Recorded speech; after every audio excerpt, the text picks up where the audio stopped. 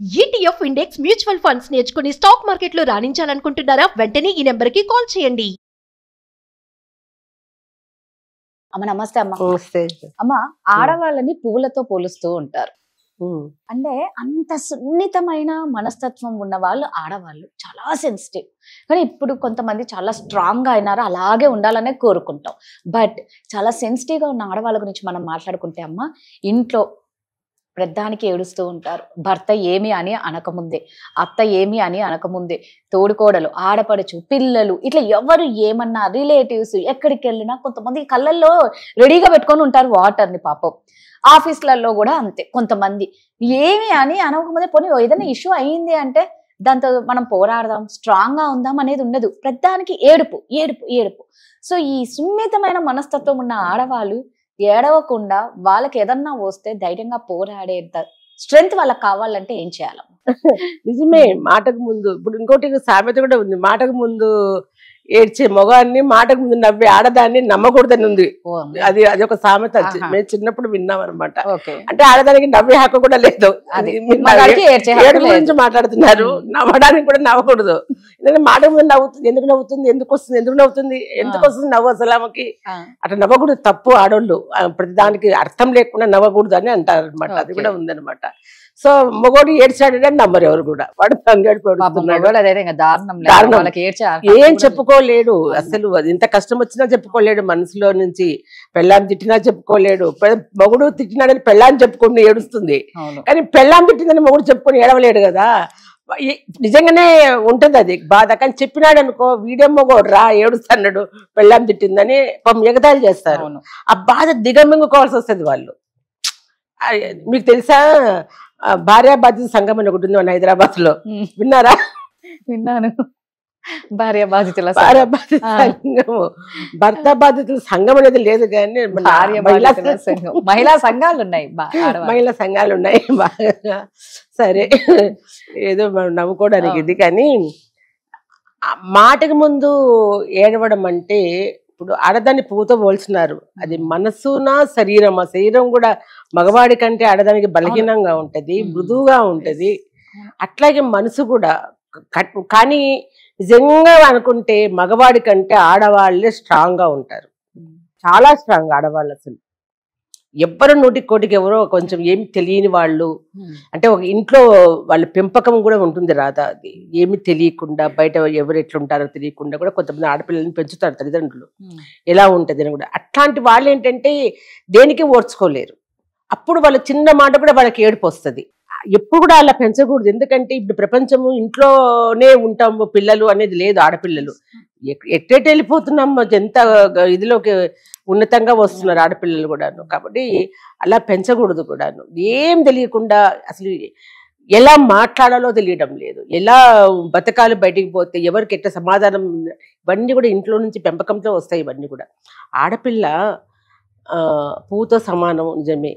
ఎప్పుడు ఎలాంటి సమయంలో మనము వాళ్ళు పువ్వుతో పోలుస్తాము? అన్నిట్లో పువ్వులు కాదు కదా, ముళ్ళు కూడా అన్నిట్లో పూలు కాదు, ముళ్ళు కూడా స్ట్రాంగ్ గా ఉంటారు వాళ్ళు.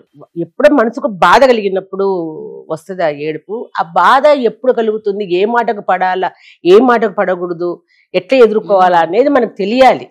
అంతేకాని చిన్న చిన్న దానిలకి మనం బాధపడిపోతే ఎట్లా, నువ్వు బయటికి పోతే ప్రతి ఒక్కరు మంచోళ్ళే ఎదురుంటారు కదా. మనల్ని చూసి అసూయపడే వాళ్ళు ఉంటారు, దాంతో కూడా తట్టుకోలేక మాట్లాడే వాళ్ళు ఉంటారు. మనకు తెలుస్తుంది వాళ్ళు ఏ ఇంటెన్షన్ తో వాళ్ళు మాట్లాడుతున్నారు అని అనుకున్నప్పుడు, అప్పుడు మనము ఏదైనా బాధపడినా, నవ్వినా, ఏదైనా ముందుకెళ్ళినా అర్థం ఉంటుంది. కానీ చిన్న దానికి బాధపడడం అనేది చాలా తప్పు. అసలు మనం ముందు ప్రతి విషయం నేర్చుకొని ఉండాలి మనం బయటికి పోయేటప్పటికి.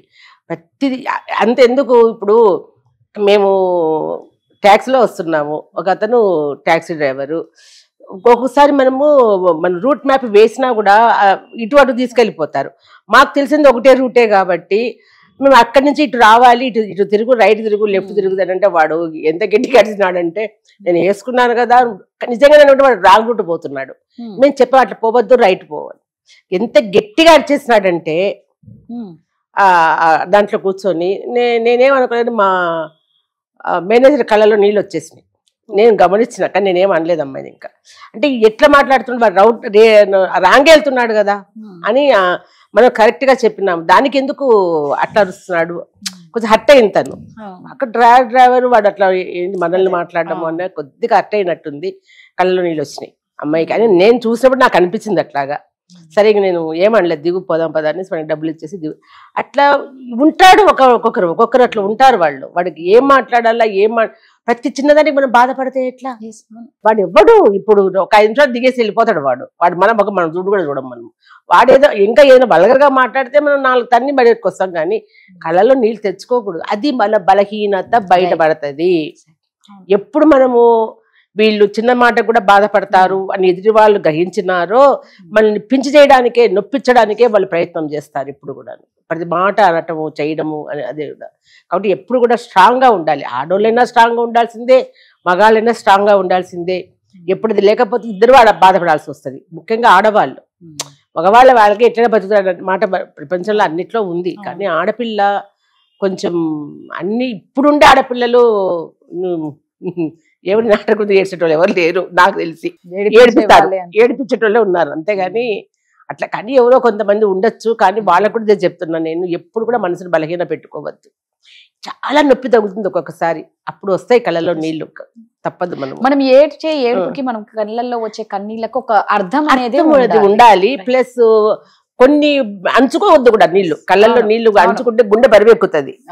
ఆ క్షణానికి ఆ ఉండే బాధను మనం పోగొట్టుకోవాలి ఆ నీళ్లు. కానీ ఎవడో ఏదో అన్నాడని మనం బాధపడడం మంచిది కాదు.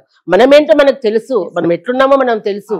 మనం బాధపడాల్సిన అవసరం ఏముంటుంది? వాడెవడో ఏదో అన్నాడని మనం ఎందుకు బాధపడాలా, ఏడవాలా? ఎప్పుడు ఏడుస్తాం వాడి ముందే మనము మన విలువ పోతుంది,